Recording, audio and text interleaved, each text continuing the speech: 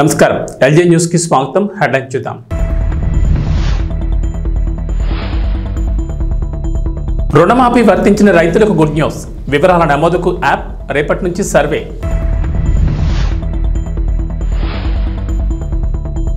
విజయవాడలో ఎంపాస్ కలకలం.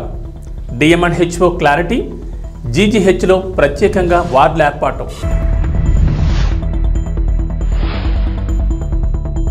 హైదరాబాద్ నగరంలో గణేష్ మండపాల ఏర్పాటుకు ముందస్తు చర్యలు. నగర సిపి శ్రీనివాసరెడ్డి వెల్లడి.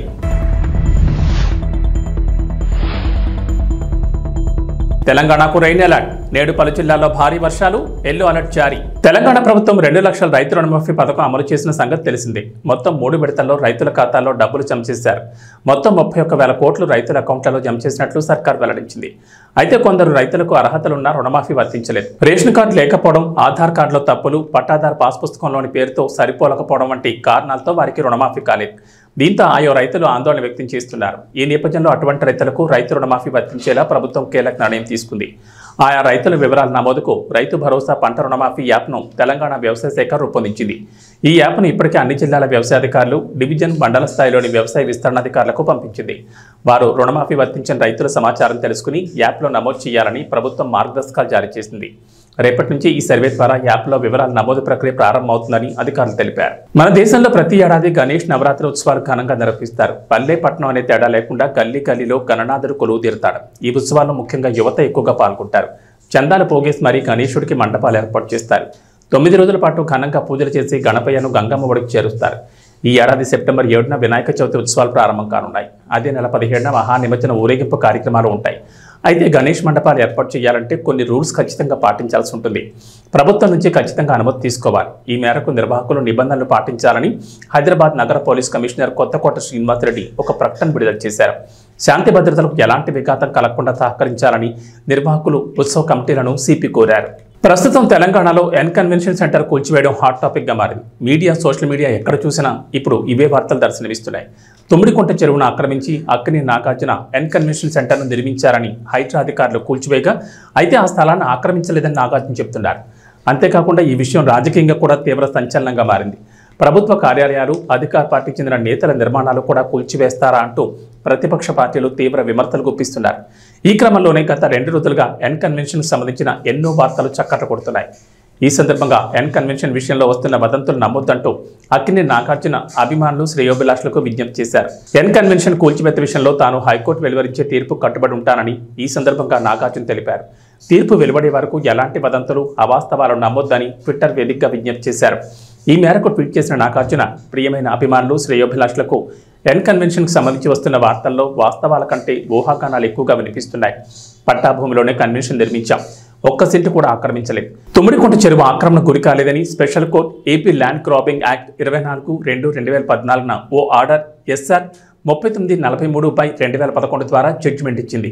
ప్రస్తుతం నిర్మాణం, చట్టబద్ధతపై నిర్ణయాధికారం కోసం హైకోర్టును ఆశ్రయించాం. న్యాయస్థానం తీర్పును కట్టుబడి ఉంటాను, అవాస్తవాలు నమ్మకండి తెలిపారు. ఆంధ్రప్రదేశ్ ప్రభుత్వం కీలక నిర్ణయం తీసుకుంది. యువతకు సంబంధించి సరికొత్త కార్యక్రమాన్ని తీసుకొస్తోంది. రాష్ట్రంలో ఔత్సాహిక పారిశ్రామికవేత్తలుగా ఎదగాలి అనుకునే యువతకు చేయూతనివ్వాలని భావిస్తోంది. రాష్ట్ర ప్రభుత్వం ఎలాంటి వారి కోసం EDP అనే కొత్త కార్యక్రమాన్ని అమలు చేయాలని భావిస్తోంది. ఈ మేరకు ప్రణాళికలు సిద్ధం చేస్తోంది. బీసీ, ఆర్థికంగా వెనుకబడిన తరగతులు, కాపు యువతను ఔత్సాహిక పారిశ్రామికవేత్తలుగా తీర్చిదిద్దే దిశగా ఈ నిర్ణయం తీసుకుంది. ఈ మేరకు ఏపీ ప్రభుత్వం హైదరాబాద్లోని జాతీయ సూక్ష్మ, చిన్న, మధ్యతరహా పరిశ్రమ సంస్థతో ఒప్పందం చేసుకోనుంది. ఈ కార్యక్రమం అమలుకు సంబంధించి ఇప్పటికే ఆ సంస్థతో ఆయా శాఖల అధికారులు చర్చలు కూడా ప్రారంభించారు. అక్కడ నేర్పించే పరిశ్రమల సిలబస్కు అనుగుణంగా 4 లేదా 6 వారాలు శిక్షణ అందిస్తారు. ఈ మేరకు ఒక్కో అభ్యర్థిపై అయ్యే ఖర్చును కేంద్ర, రాష్ట్ర ప్రభుత్వాల నిధుల నుంచి భరించనుంది. అంతేకాదు ఏటా 2,000 మందిని ఔత్సాహిక పారిశ్రామికవేత్తలుగా తీర్చిదిద్దేలా ప్రతిపాదనలు సిద్ధం చేశారు అధికారులు. విజయవాడలో ఎంపాక్స్ అంటూ కలకలం రేపింది. ఈ ప్రచారంపై ఎన్టీఆర్ జిల్లా వైద్య ఆరోగ్య శాఖ అధికారిని సుహాసిని స్పందించారు. ఇప్పటి వరకు జిల్లాలో ఎవరిలోనూ ఎంపాక్స్ లక్షణాలు గుర్తించలేదని, దుష్ప్రచారాన్ని నమ్మొద్దని సూచించారు. ఎంపాక్స్ ప్రచారంపై విజయవాడ ప్రభుత్వ పీడియాట్రిక్స్ HOD అనిల్ కుమార్ కూడా స్పందించారు. ఎవరికి అలాంటి లక్షణాలు లేవన్నారు. అయితే దుబాయ్ నుంచి వచ్చిన కుటుంబంలో ఓ చిన్నారికి ఎంపాక్స్ లక్షణాలు ఉన్నాయని సోషల్ మీడియాలో ప్రచారం జరుగుతోంది. దీంతో ఎన్టీఆర్ జిల్లా DMNHO క్లారిటీ ఇచ్చారు. మరోవైపు మంకీపాక్స్ వార్తలతో అధికారులు అప్రమత్తమయ్యారు. ఒకవేళ ఎంపాక్స్ కేసులు వస్తే యుద్ధ ప్రాతిపదికన చర్యలు చేపట్టేందుకు సిద్ధమయ్యారు. ఈ మేరకు విజయవాడ కొత్త ప్రభుత్వ ఆసుపత్రిలో 6 పడకలు, అత్యాధునిక వైద్య పరికరాలతో ప్రత్యేకంగా వార్డు ఏర్పాటు చేశారు వైద్య ఆరోగ్య శాఖ అధికారులు. ఆరోగ్య శాఖ ఉన్నతాధికారుల ఆదేశాలతో సూపర్ స్పెషాలిటీ బ్లాక్లో వార్డును ఏర్పాటు చేసినట్లు ఆసుపత్రి సూపరింటెండెంట్ డాక్టర్ వెంకటేష్ తెలిపారు. అలాగే ఎంపాక్స్ మీద వచ్చే వదంతులను ప్రజలు నమ్మొద్దని, ఒకవేళ ఆ వ్యాధి వ్యాప్తి చెందితే తగిన చర్యలు తీసుకునేందుకు అన్ని విధాలుగా సిద్ధంగా ఉన్నామని ఆయన చెప్పారు. జనగామ జిల్లా దేవరుప్పల మండల కేంద్రంలోని బోనాల పండుగ వేడుకలను గ్రామస్తులు ఘనంగా నిర్వహించారు. ఈ సందర్భంగా యువత, మహిళలు గ్రామాల్లో బోనాలతో ఊరేగింపుగా బయలుదేరారు. డప్పు నృత్యాలతో మహిళలు పెద్ద ఎత్తున బోనాలతో గ్రామాల్లో తిరిగి అమ్మవార్లకు పూజలు నిర్వహించారు. పిల్ల పాపలను చల్లగా చూడాలని, పాడి పంటలు సమృద్ధిగా పండాలని అమ్మవారికి బోనం సమర్పించి మొక్కులు చెల్లించుకున్నారు.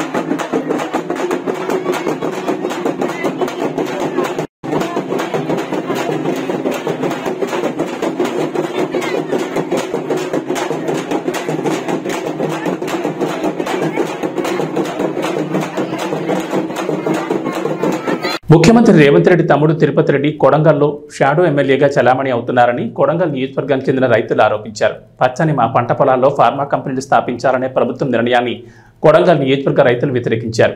కొడంగల్ నియోజకవర్గంలోని దుద్యాల మండలానికి సంబంధించిన లగచర్ల, హక్కింపేట్, పోలేపల్లి, ఆర్బి తాండా, పులిచెర్ల కుంటతాండ, ఈర్లపల్లి తాండా గ్రామాలకు సంబంధించిన గిరిజన, దళిత, బీసీ సామాజిక వర్గాలకు చెందిన రైతులమైన మా పంట పొలాల్లో ఫార్మా కంపెనీలు స్థాపించాలని కాంగ్రెస్ ప్రభుత్వం 3000 ఎకరాల భూమిని సేకరించడానికి పూనుకుందని బాధిత రైతులు బషీర్బాగ్ ప్రెస్ క్లబ్లో తెలిపారు. వారసత్వంగా వచ్చిన భూములు మాలో కొందరు కొనుక్కున్న భూములు, అదేవిధంగా గత ప్రభుత్వాలు పేదలకు కేటాయించిన అసైన్డ్ భూములు ఇందులో ఉన్నాయన్నారు. ఇందులో దేన్ని కూడా మేము వదులుకోవడానికి సిద్ధంగా లేమని, మా ప్రాంతంలో చక్కటి వ్యవసాయం జరుగుతుందని పేర్కొన్నారు. ఇలా సంవత్సరం మొత్తం పంటలు పండే మా భూములను ప్రభుత్వం మా నుంచి భూమి తీసుకున్నట్లయితే రేపొద్దున పరిసర ప్రాంతాల్లో నీరు, గాలి, భూమి అన్ని కలుషితమైపోతాయని ఆందోళన వ్యక్తం చేశారు. తద్వారా మా నివాస ప్రాంతాలను కూడా అక్కడి నుంచి మార్చాల్సిన పరిస్థితులు ఏర్పడతాయన్నారు. ప్రభుత్వానికి, మీడియా మిత్రులకు అక్కింపేట, పూలపల్లి, లగచర్ల, కోడిబండ తాండా, ఈర్లపల్లి తాండా, పులిచెర్లకుంట తాండా ప్రజల తరఫున ముందు నమస్కారాలు తెలియజేస్తున్నాం. మా బాధ ఏంటంటే రేవంత్ రెడ్డి ప్రభుత్వం వచ్చిన తర్వాత మా గ్రామాలు, ఇప్పుడు చెప్పిన గ్రామాల నుంచి 1500 ఎకరాల భూమి కబ్జా చేయడం కొరకు ఆల్రెడీ నోటీసులు ఇచ్చారు. వికారాబాద్ కలెక్టర్ ద్వారా నోటీసులు ఇవ్వడం జరిగింది. ఫార్మా కంపెనీ మేము పెడతాము అని. వ్యవసాయదారులు అయితే ఇక్కడ ఉన్న వాళ్ళు అర్ధెకరం, ఎకరా, 2 ఎకరాలు, 3 ఎకరాల లోపు ఉన్న సన్నకారు, చిన్నకారు, పేద రైతులు మాత్రమే మా భూములు గుంజుకుంటా అని అంటున్నారు. అక్కడ పెట్టడం వల్ల మా మొత్తం వాటర్ పొల్యూషన్ అవుతుంది ఒకటి, మా భూములు పోతున్నాయి 2. ఇన్ని గ్రామాల ప్రజలు నిరుద్యోగులమై రోడ్ల మీద పడి అడక్క తినవలసి వస్తుంది.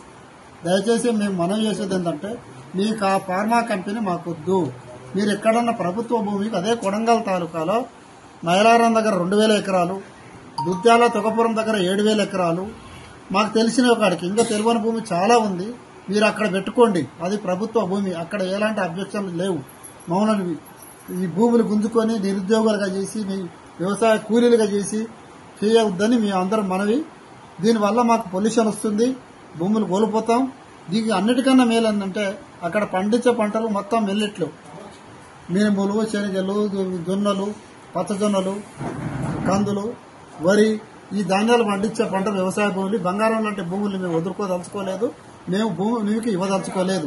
మీరు పెట్టే కంపెనీ పెట్టుకోండి. అభివృద్ధి పూర్తి చేయాలంటే గవర్నమెంట్ భూమి ఉంది, ప్రభుత్వ భూమిలో ఉండండి, దాన్ని కబ్జా చేసుకోండి, మీరు ఏమైనా చేసుకోండి, అక్కడ కంపెనీలు పెట్టండి. పెడతారా పెట్టారా అది మీ ఇష్టం. అభివృద్ధి పేరు అంటారా, మాకు అభివృద్ధి కుదరని మేము వ్యతిరేకులం కాము. ఓ మెడికల్ కాలేజ్ పెట్టండి, ఓ ఇంజనీర్ కాలేజ్ చేయండి, మాకు హకింపేటకు పూలపల్లికి ఓ ఇంజనీర్ కాలేజ్ చేయండి, డిగ్రీ కాలేజ్ చేయండి, అవి అభివృద్ధి చేయండి. కానీ తెచ్చి ఫార్మా కంపెనీ పెట్టి పొల్యూషన్ చేసి మాకు కనీసం పీల్చుకోవడానికి గాలి కూడా మంచి గాలి లేకుండా భూమి గుంజుకుంటావు, మంచి గాలి ఇవ్వవు, తాగడానికి నీళ్లు పొల్యూషన్. ఇంతకు ముందే మనం ఎల్బీ నగర్లో సిరీస్ కంపెనీ ఉండే, దాదాపు 30 ఏళ్లు ఖచ్చితమైన నీళ్లు.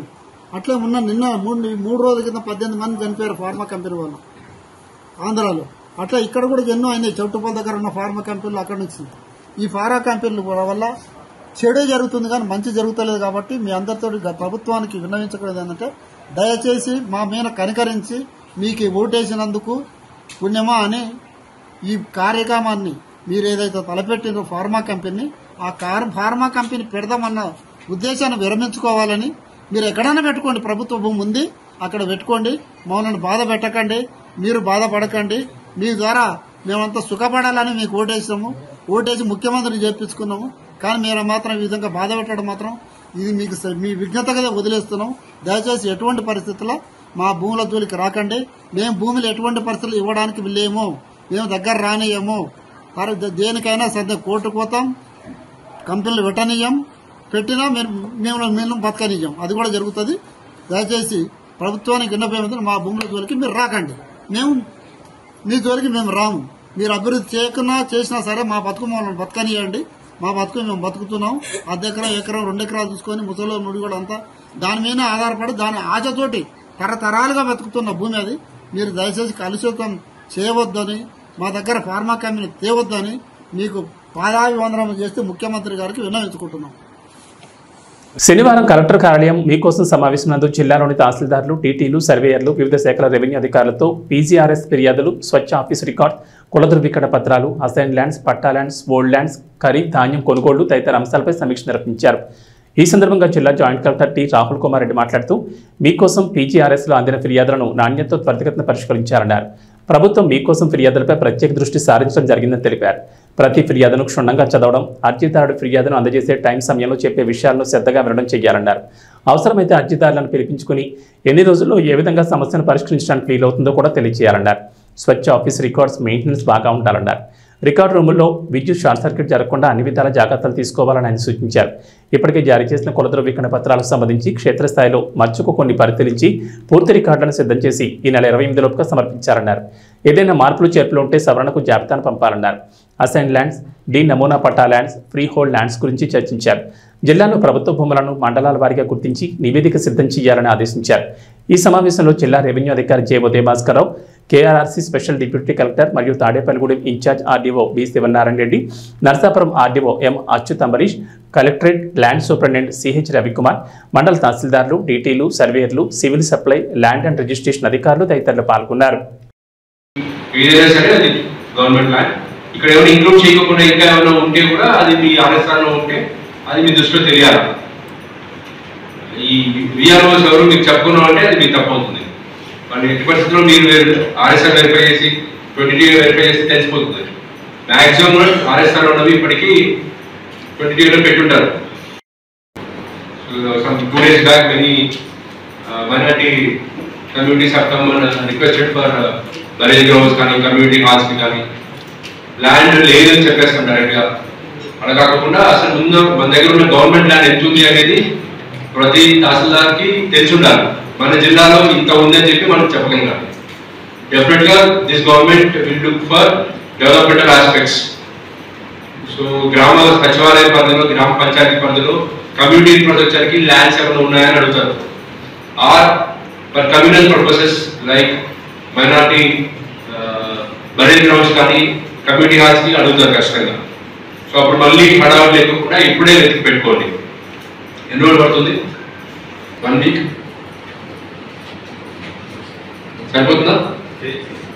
సో వెనస్డే టు వెనస్డే అంటే 20 నెక్స్ట్ వెనస్డే పెట్టండి.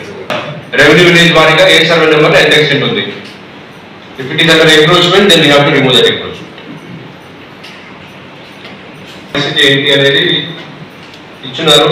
మేబీ రీసెంట్ గా ఇచ్చిన ఫ్రెష్ అసైన్మెంట్ ఏమి ఇవ్వలేదా? మొన్న పెట్టిన జనవరి ఫిబ్రవరి పెట్టలేదు. ఎనివే చేయడానికి లేదు. మీరు ఫైల్స్ కూడా ఏమి పంపించకండి. దానికి సంబంధించి 596 ప్రకారం మనకు వచ్చిందే తక్కువ. విజయ్ దేవరకొండ తన సినిమాల ఫలితాల గురించి నిర్మోహమాటంగా చెప్పేస్తుంటాడు. ఫ్లాప్ అయితే ఫ్లాప్ అని, హిట్ అయితే హిట్ అని చెప్పేస్తుంటాడు. డియర్ కామ్రేడ్ సినిమా మిశ్రమ ఫలితం వచ్చినప్పుడు ఒప్పుకున్నాడు. కానీ డియర్ కామ్రేడ్ మంచి చిత్రమే, కానీ తేడా కొట్టిందని, సెకండ్ హాఫ్ని ఇంకాస్త బెటర్గా తీసుంటే బాగుండేది అన్నట్లుగా చెప్పుకొచ్చాడు. డియర్ కామ్రేడ్ మీద వచ్చిన కన్స్ట్రక్టివ్ క్రిటిసిజంను విజయ్ తీసుకున్నాడు. లైగర్ ప్రమోషన్స్లో విజయ్ కాస్త హద్దులు దాటాడు. హైప్ పెంచే క్రమంలో ఇష్టం వచ్చినట్లుగా మాట్లాడాడు. సినిమా మీద నమ్మకంతో కంటే అతి నమ్మకంతో ఉన్నాడు. అందుకే లైగర్ తేడా కొట్టేసింది. బాక్సాఫీస్ వద్ద ఘోర పరాజయంగా లైగర్ నిలిచింది. మామూలుగా అయితే అర్జున్ రెడ్డి సెంటిమెంట్ రిపీట్ అవుతుందని అంతా అనుకున్నారు. ఆగస్టు 25న అర్జున్ రెడ్డి వచ్చి బ్లాక్ బస్టర్ హిట్ అయింది. అదే తేదీన లైగర్ వస్తుంది కాబట్టి అది కూడా బ్లాక్ బస్టర్ అవుతుందని అనుకున్నారు. కానీ తేడా కొట్టేసింది. అర్జున్ రెడ్డి వచ్చి 7 ఏళ్ళు అవుతుందని విజయ్ దేవరకొండ ట్వీట్ వేశాడు. ఫుల్ వర్షన్ను 10th యానివర్సరీకి రిలీజ్ చేద్దామని సందీప్ రెడ్డి వంగాను ట్యాగ్ చేశాడు. సరే చేద్దామంటూ విజయ్కి సందీప్ రెడ్డి రిప్లై ఇచ్చాడు. ఇలా అర్జున్ రెడ్డి మీద అయితే విజయ్ ట్వీట్ చేశాడు. కానీ లైగర్ అనే సినిమా ఒకటి వచ్చిందనే విషయాన్ని విజయ్ మర్చిపోయినట్లుగా కనిపిస్తోంది. ఇక వాతావరణ విషయానికి వస్తే తెలంగాణలో గత కొన్ని రోజులుగా భారీ వర్షాలు కురుస్తున్నాయి. ఎడతెరిపి లేకుండా కురుస్తున్న వర్షాలతో రాష్ట్రంలోని చెరువులు, జలాశయాలు, ప్రాజెక్టులు జలకళను సంతరించుకున్నాయి. అయితే ఇప్పట్లో రాష్ట్రాన్ని వీడేలా కనిపించడం లేదు. తెలంగాణలో నేడు కూడా వర్షాలు కురుస్తాయని హైదరాబాద్ వాతావరణ శాఖ అధికారులు వెల్లడించారు. పలు జిల్లాల్లో భారీ వర్షాలకు ఛాన్స్ ఉందన్నారు. ఉపరితల ద్రోణి, యాక్టివ్గా ఉన్న నైరుతి రుతుపవనాల కారణంగా రాష్ట్రంలో వర్షాలు కురుస్తాయని చెప్పారు. నేటి నుంచి 5 రోజుల పాటు రాష్ట్రంలో వర్షాలకు ఛాన్స్ ఉందని అన్నారు. నేడు నిజామాబాద్, నిర్మల్, భద్రాద్రి కొత్తగూడెం, వికారాబాద్, ఆదిలాబాద్, కొమరంభీం, ఆసిఫాబాద్, మంచిర్యాల, ఖమ్మం, సంగారెడ్డి, వనపర్తి, జోగులాంబ, గద్వాల, నారాయణపేట జిల్లాలో భారీ వర్షాలకు ఛాన్స్ ఉందని చెప్పారు. ఈ మేరకు ఆయా జిల్లాలకు ఎల్లో అలర్ట్ జారీ చేశారు. ఇక మిగిలిన జిల్లాలో ఓ మోస్తరు నుంచి తేలికపాటి వర్షాలు కురవచ్చని వాతావరణ శాఖ అధికారులు అంచనా వేస్తున్నారు. ఇక మంగళవారం మంచిర్యాల, కొమరంభీం, ఆసిఫాబాద్, ఆదిలాబాద్, కరీంనగర్, వరంగల్, హనుమకొండ, నిర్మల్, పెద్దపల్లి, భూపాలపల్లి, ఖమ్మం, సిద్దిపేట, భువనగిరి, వికారాబాద్, ములుగు, కొత్తగూడెం, సంగారెడ్డి, కామారెడ్డి, మెదక్ జిల్లాల్లో వర్షాలు కురిసే అవకాశం ఉందని వాతావరణ శాఖ వెల్లడించింది. ఇవి బులెటిన్ విశేషం. నమస్కారం.